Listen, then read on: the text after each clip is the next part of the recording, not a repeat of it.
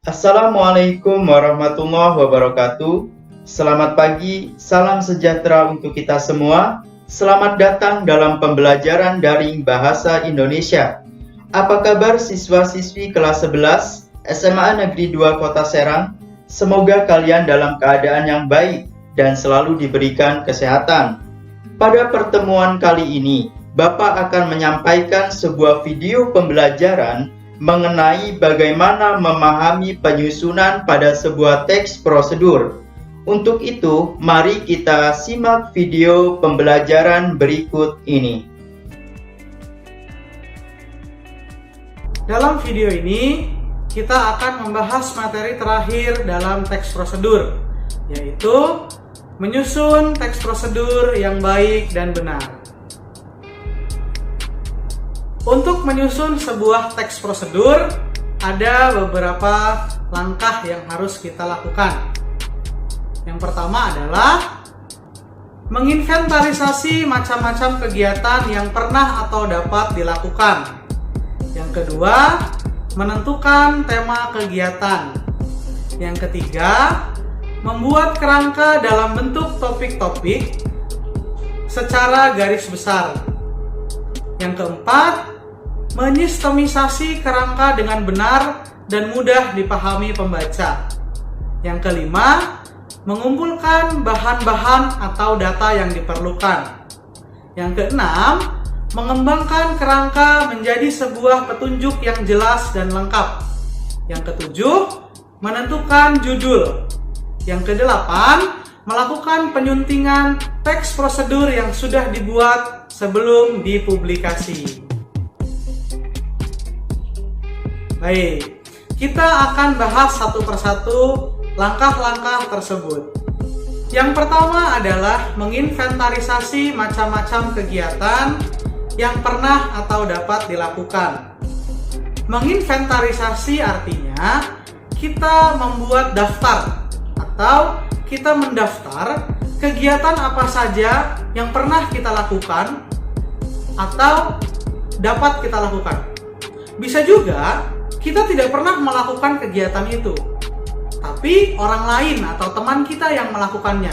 Kemudian dia menceritakan ke kita dan kita tahu. Nah, itu juga bisa dijadikan sumber referensi dalam kita mendaftar kegiatan-kegiatan tersebut.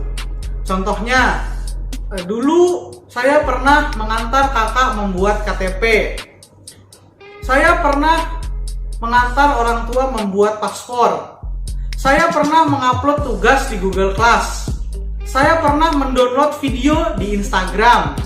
Saya pernah mengupload video di YouTube. Saya tahu bagaimana cara menjaga stamina tubuh.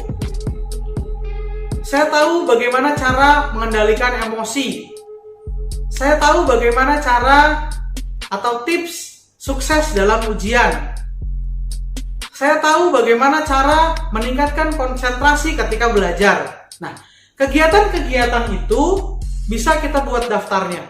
Nanti, satu dari kegiatan-kegiatan tersebut bisa kita jadikan tema yang akan kita angkat ketika kita menulis sebuah teks prosedur. Setelah daftar-daftar itu kita buat, kita beralih ke menentukan tema kegiatan. Nah, untuk menentukan tema kegiatan, ada beberapa hal yang harus kita jadikan pertimbangan. Yang pertama, sasaran pembaca atau target reader. Siapa yang akan kita jadikan sasaran pembaca teks yang kita buat? Kalau sasarannya anak sekolah atau usia sekolah, tema yang akan kita angkat kaitannya dengan pendidikan atau pembelajaran. Kalau target atau sasaran kita orang dewasa, kita bisa membuat tema yang khusus untuk orang dewasa.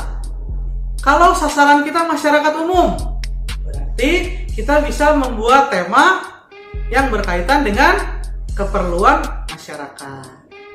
Yang kedua, tema yang kita pilih harus memiliki nilai manfaat bagi pembaca. Jangan sampai kita sudah susah membuat teks, tapi teks tersebut tidak ada nilai manfaatnya. Nah, di sini penting ketika menentukan tema. Ya, kita harus tahu seberapa besar manfaatnya untuk orang yang membaca. Yang ketiga, tema yang kita pilih usahakan bersifat aktual. Artinya, tema ini sesuai dengan kenyataannya dan sedang hangat diperbincangkan. Jadi, teks yang kita buat tidak ketinggalan zaman.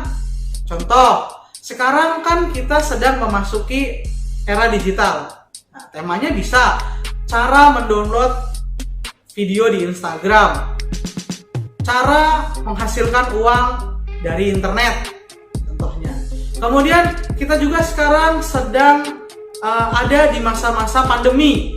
Kita bisa buat teks bagaimana cara meningkatkan imunitas tubuh, bagaimana cara melindungi diri dan keluarga dari penyebaran virus, dan lain-lain. Setelah kita menentukan tema, yang selanjutnya adalah membuat kerangka dalam bentuk topik-topik kegiatan secara garis besar. Oke, jadi bentuknya seperti ini. Nah, saya akan contohkan mengambil tema kiat menjaga stamina tubuh. Temanya. Kemudian tujuannya memperkuat daya tahan tubuh, meningkatkan imunitas, serta dapat mencegah masuknya penyakit ke dalam tubuh. Daftar topiknya apa saja? Nah, kita buat seperti ini. Pertama, mungkin mengonsumsi sayur dan buah, istirahat yang cukup, menghindari makanan cepat saji, menjaga berat badan ideal, minum cukup air, berolahraga yang rutin, biasakan mencuci tangan dengan sabun, batasi minuman bersoda, hindari rokok dan alkohol, dan lain-lain. Nah, topik-topik ini adalah topik secara garis besar dari tema yang sudah kita pilih. Yang nantinya, topik-topik ini akan kita kembangkan menjadi sebuah teks prosedur yang lengkap, baik, dan benar. Langkah selanjutnya adalah menyistematisasikan kerangka dengan benar dan mudah dipahami pembaca. Seperti yang sudah saya tuliskan tadi, ini adalah daftar topik yang akan kita kembangkan menjadi teks prosedur nantinya. Menyistematisasi artinya membuat keteraturan. Ya, seperti yang kalian lihat, ini kan berantakan. Diawali dengan mengonsumsi sayur, minum cukup air, tiba-tiba ke hindari makanan cepat saji, istirahat yang cukup. Nah, secara aturan ini belum teratur. Kita harus jadikan ini lebih teratur.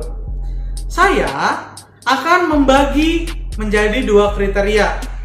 Kriteria pertama, apa yang harus dilakukan, dan kriteria kedua, apa yang tidak boleh dilakukan. Sehingga hasil sistemisasi tadi jadi seperti ini. Ketika kita akan menyistematisasi kerangka-kerangka itu, kita harus memperhatikan beberapa hal. Di antaranya, kita harus memperhatikan kaitan topik satu dengan topik selanjutnya. Dan satu lagi, topik satu ke topik yang selanjutnya harus memiliki urutan yang logis dan masuk akal. Langkah selanjutnya adalah mengumpulkan bahan-bahan atau data yang diperlukan. Biasanya ada dua metode yang digunakan. Yang pertama adalah observasi, atau kita melihat langsung, mencari informasi secara langsung, baik dari tempatnya ataupun kita mencari informasi dari internet. Bisa juga kita mencari informasi tambahan dari YouTube. Yang kedua adalah wawancara. Loh, kok wawancara, Pak? Iya, kalau sumbernya dari orang lain, berarti kita harus mewawancarai narasumber yang pernah melakukan kegiatan tersebut agar langkah-langkah yang kita buat nanti tidak salah. Artinya ada orang yang lebih tahu dari kita tentang langkah-langkah yang harus dilakukan. Selanjutnya adalah mengembangkan kerangka menjadi sebuah petunjuk yang jelas dan lengkap. Kerangka yang tadi sudah kita buat, selanjutnya kita kembangkan. Nah, ketika melakukan kegiatan pengembangan ini, ada beberapa hal yang harus kita perhatikan. Pertama, kita harus kembangkan tujuan yang sudah kita buat tadi menjadi bagian pendahuluan atau pernyataan umum. Yang kedua, kita harus melengkapi topik-topik yang tadi dengan kalimat penjelas atau paragraf penjelas secara detail dan rinci, sehingga pembaca mudah memahami teks prosedur yang sudah kita buat. Dan yang terakhir, kita lengkapi dengan penegasan ulang sebagai bagian penutup. Dengan demikian, teks prosedur yang kita buat memiliki struktur yang lengkap. Setelah kita kembangkan kerangka atau topik-topik tadi menjadi sebuah teks prosedur, selanjutnya kita tentukan judul. Nah, kok judul di akhir, Pak? Ya, kita buat dulu teksnya, baru kita tentukan judulnya. Yang ditentukan di awal adalah tema. Ingat ya, yang ditentukan di awal adalah tema. Judul bisa kita tentukan di akhir, setelah teks itu jadi. Nah, untuk menentukan judul juga tidak asal-asalan. Ada beberapa pertimbangan yang bisa kalian jadikan sumber referensi. Pertama, judul harus memiliki kesesuaian dengan isi teks. Artinya, judul itu harus mewakili isi teks yang kalian buat. Yang kedua, usahakan membuat judul yang menarik. Logikanya seperti ini. Bagaimana orang mau membaca teks prosedur yang kamu buat kalau judulnya saja sudah tidak menarik? Ini contohnya. Contoh judul dari tema yang sudah kita pilih tadi. Judulnya, Kiat Menjaga Stamina Tubuh di Masa Pandemi. Nah, judul ini cukup menarik. Apalagi kaitannya dengan situasi sekarang. Setelah topik-topik tadi kita kembangkan, jadilah sebuah teks prosedur seperti ini. Ini hanya contoh. Nah, nanti kalian berlatih membuat sendiri di rumah. Lalu kalau sudah seperti ini, apa yang harus dilakukan, Pak? Yang terakhir adalah melakukan penyuntingan. Ada beberapa hal yang harus diperhatikan ketika kita akan menyunting sebuah teks. Pertama, memeriksa kembali kebenaran isi. Ya, artinya isinya kita periksa kembali sudah sesuai atau belum dengan tema yang sudah kita pilih. Jangan sampai temanya A, isinya B. Nah, itu tidak sesuai. Kalau temanya A, isinya harus A. Kalau temanya tentang stamina tubuh, isinya semua harus bagaimana cara menjaga stamina tubuh. Yang kedua, memeriksa kelengkapan struktur teks. Kita lihat kembali. Ingat, struktur teks prosedur ada 3. Tujuan, langkah-langkah, dan penegasan ulang. Kita periksa teks ini. Sudah lengkap atau belum? Ketiga struktur itu ada. Kalau belum lengkap, dilengkapi yang bagian mana yang belum ada. Kalau sudah lengkap, berarti sudah melalui tahap pemeriksaan kelengkapan struktur teks. Selanjutnya adalah memeriksa kaidah kalimat. Kita bisa periksa apakah kalimat-kalimat yang ada di dalam teks prosedur yang kita tulis sudah mengikuti kaidah penulisan kalimat yang benar atau belum. Kalau sudah, berarti teks itu sudah baik. Tapi kalau belum, kalian bisa perbaiki mengikuti kaidah penulisan kalimat yang baik dan benar dalam bahasa Indonesia. Yang terakhir adalah memeriksa penulisan ejaan dan tanda baca. Nah, kita periksa apakah penulisan ejaannya sudah benar, apakah tanda bacanya sudah benar. Pedomannya apa, Pak? Pedomannya Pedoman Umum Ejaan Bahasa Indonesia atau dulu disebut EYD. Demikianlah penayangan video pembelajaran mengenai penyusunan teks prosedur. Semoga kalian bisa memahaminya. Bapak akhiri pembelajaran kali ini. Wassalamualaikum warahmatullahi wabarakatuh.